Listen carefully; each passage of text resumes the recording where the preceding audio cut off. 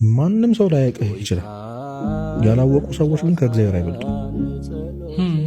እግዚአብሔር ግን ያውቃል፣ በስምህ ያውቃል። ታውቃለህ፣ የት እንደነበርክ ያውቃል። እሱ ነው የእናትህ ማህፀን ውስጥ የከተተ እንድትወጣ ያሳደገ፣ ያበላ፣ ያጠጣ እዚህ ድረስ ያደረሰ እግዚአብሔር ያውቃል። በጣም እኮ አንተ ኢትስ ቢግ ዲል እኮ ማርያም። እኔ ለምን እንደማይገባን አላውቅም። ሰለብሪቲዎች የሚያውቁት ሰው ህዝቡ ከሚያውቀው ሰው አይበልጥ። አንተ ጓደኛ ማንም ሰው ሊያልፈው ይችላል። በጣም ፌመስ የምትላቸው አንተ በጣም የምትወዳቸው ሰለብሪቲዎች ጠብር ግፍ ሲሉለት ብታይ ከነሱ በላይ ማን ነው የሚያስብለው? ይሄ ሰው በተከበሩ ሰዎች ሲታወቅ ማለት እነዛን የተከበሩ ሰዎች የፈጠራቸው ፈጣሪ ያውቃል ያልኩ ትታወቃለህ በእግዚአብሔር። ይሄ አይገባንም።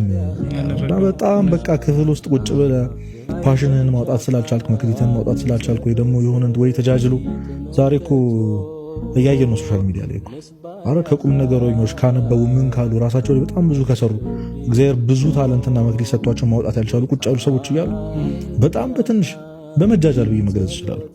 ዛሬ ዝነኛ ብዙ ላይክ ምናምን ስላገኘ ስኬታማ እንደሆንክ እንዲሰማ ያደርጋል።